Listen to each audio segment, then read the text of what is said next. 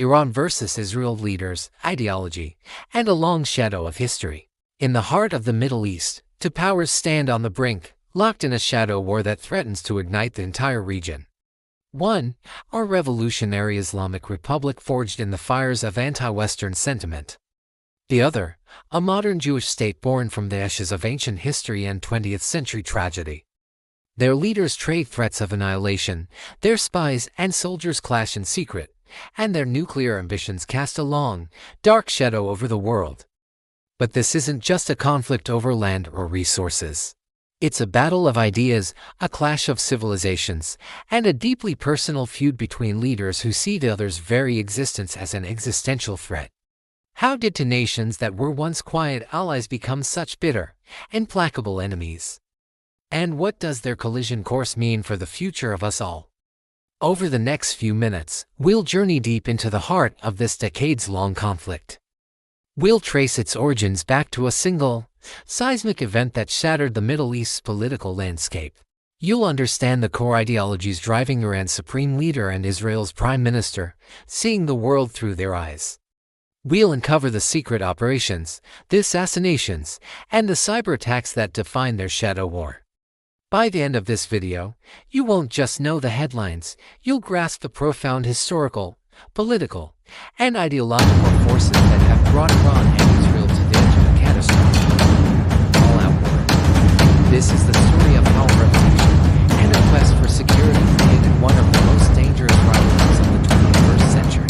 Before 1970, the relationship between Iran and Israel was one of quiet, pragmatic cooperation. Under the rule of Shah Mohammad Reza Pahlavi, Iran was a pro-Western monarchy and a pillar of American strategy in the Middle East. Israel, surrounded by hostile Arab nations, desperately needed non-Arab allies in the region. This mutual need created a periphery doctrine, an alliance of the outsiders. Iran supplied Israel with crucial oil, bypassing the Arab boycotts, while Israeli advisors helped train the Shah's notorious secret police, Savak, and provided agricultural and military technology. It was a partnership of convenience, conducted largely behind the scenes, but it was a partnership nonetheless. Tourists and businessmen traveled between Tel Aviv and Tehran. The two governments shared intelligence on common enemies, like Gamal Abdel Nasser's Egypt. It was a relationship built on a shared suspicion of Arab nationalism and Soviet influence. But in January 1979, everything changed. The Shah was overthrown, and Ayatollah Ruhollah Khomeini returned from exile to establish the Islamic Republic of Iran. This wasn't just a change in government, it was a cataclysmic shift in the region's ideological foundation. Khomeini's vision was one of Islamic revolution, not just for Iran, but for the entire world. He saw the world in a stark binary, the oppressed versus the oppressors. At the pinnacle of the oppressors, in his view, stood the United States, the great Satan, and its closest regional ally, Israel, which he branded the Little Satan. For Khomeini, Israel was not just a political entity. It was an illegitimate Zionist entity, a colonial implant in the heart of the Islamic world, and an affront to the Muslim faithful. The State of Israel, in this new revolutionary ideology, had no right to exist. Suddenly, the quiet ally became the sworn enemy. The embassies were shuttered, diplomatic ties were severed, and the Iranian government began a campaign of relentless hostility. The central problem was no longer about shared interests, it was about a fundamental, non-negotiable clash of worldviews. One government was now ideologically committed to the other's destruction. The new Islamic Republic didn't wait long to act on its ideology. One of its first major foreign policy moves was to support the creation of Hezbollah in Lebanon during the Israeli invasion of 1982. Iran's Islamic Revolutionary Guard Corps IRGC armed, trained, and funded this Shia militia, transforming it from a local resistance group into a powerful proxy army on Israel's northern border. Hezbollah became the tip of Iran's spear, a way to wage war against Israel without engaging in direct state-to-state conflict. This strategy of using proxies, non-state actors loyal to Tehran, became the cornerstone of Iran's regional policy. From Lebanon to Syria, Iraq, and Yemen, Iran cultivated a network of militias, creating what it calls the axis of resistance. For Israel, this was a strategic nightmare. It was no longer facing conventional armies on its borders but a web of ideologically driven, battle-hardened groups capable of launching rockets, drones, and terrorist attacks from multiple directions. The conflict had moved into the shadows. Israel's response was equally calculated and covert.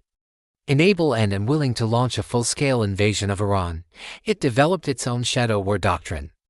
This involved a multi-pronged strategy aimed at containing and degrading Iran's capabilities, particularly its burgeoning nuclear program. The Mossad, Israel's legendary intelligence agency, is widely believed to be behind a series of mysterious assassinations of top Iranian nuclear scientists. Men like Mohsen Fakhrizadeh, the alleged father of Iran's nuclear weapons program, were killed in brazen, daylight operations deep inside Iran. These attacks were designed not only to slow down the program but also to send a chilling message: no one is safe.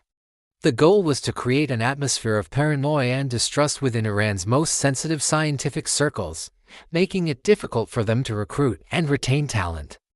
The battle wasn't just fought with bullets, it moved into cyberspace. In 2010, the world learned of Stuxnet, a highly sophisticated computer worm that targeted the control systems of Iran's uranium enrichment centrifuges at the Natanz facility. The worm caused the centrifuges to spin out of control and destroy themselves, setting back Iran's nuclear progress by years. While no country officially claimed responsibility, it was widely attributed to a joint U.S.-Israeli operation. This was a new frontier in warfare. It demonstrated that critical infrastructure could be crippled without firing a single shot. Iran, in turn, developed its own formidable cyber capabilities, allegedly launching attacks on Israeli water systems, hospitals, and government websites. The shadow war had become a digital duel, a constant, low-level conflict fought by unseen hackers in a global network. The conflict escalated dramatically in the physical world as well, particularly in Syria. After the Syrian civil war began in 2011, Iran intervened heavily to save the regime of its key ally, Bashar al-Assad. The IRGC and Hezbollah established a significant military presence there, not just to fight rebels, but to build a new front against Israel. They began transporting advanced weaponry, including precision-guided missiles, through Syria to Hezbollah in Lebanon. For Israel, this was a red line. An Iranian military foothold in Syria, combined with Hezbollah's arsenal in Lebanon, created an unacceptable threat. In response, the Israeli Air Force began a relentless campaign of airstrikes inside Syria, known as the War Between the Wars. Hundreds of strikes have targeted Iranian weapons convoys, command centers, and personnel. It's a high-stakes game of cat and mouse, with Israeli jets striking and Iranian forces attempting to entrench themselves deeper, all while trying to avoid a direct, all-out war. Each strike carries the risk of miscalculation and a wider conflagration. The emotional peak, the moment the shadow war burst violently into the open, arguably arrived on April 1, 2024. An airstrike, widely attributed to Israel, flattened the Iranian consulate building in Damascus, Syria. This was not just another strike on a weapons depot. A diplomatic compound is considered sovereign territory. The attack killed several high-ranking IRGC commanders, including General Mohammad Reza Zahedi, one of the most senior figures coordinating Iran's activities in Syria and Lebanon. For Iran, this was a direct, audacious attack on the state itself. The supreme leader, Ayatollah Ali Khamenei, vowed that Israel will be punished. The world held its breath.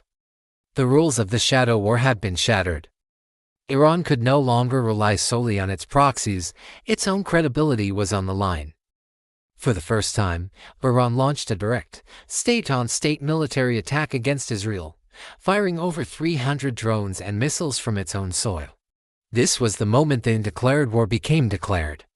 The attack was almost entirely intercepted by Israel and its allies, but a Rubicon had been crossed. The decades-long conflict, once fought through proxies and in secret, had escalated into a direct military exchange, bringing the two nations closer to a full-scale regional war than ever before. In the aftermath of this unprecedented exchange, a fragile and tense quiet has returned, but the fundamental conflict remains unresolved, simmering just below the surface. The leaders of both nations are now navigating a new, more dangerous reality. Israel has demonstrated its formidable defensive capabilities, but it also knows that a sustained conflict would be devastating. Iran, having made its point with a direct attack, must now weigh the costs of further escalation against a technologically superior adversary. The shadow war is not over, it has simply entered a new, more volatile phase.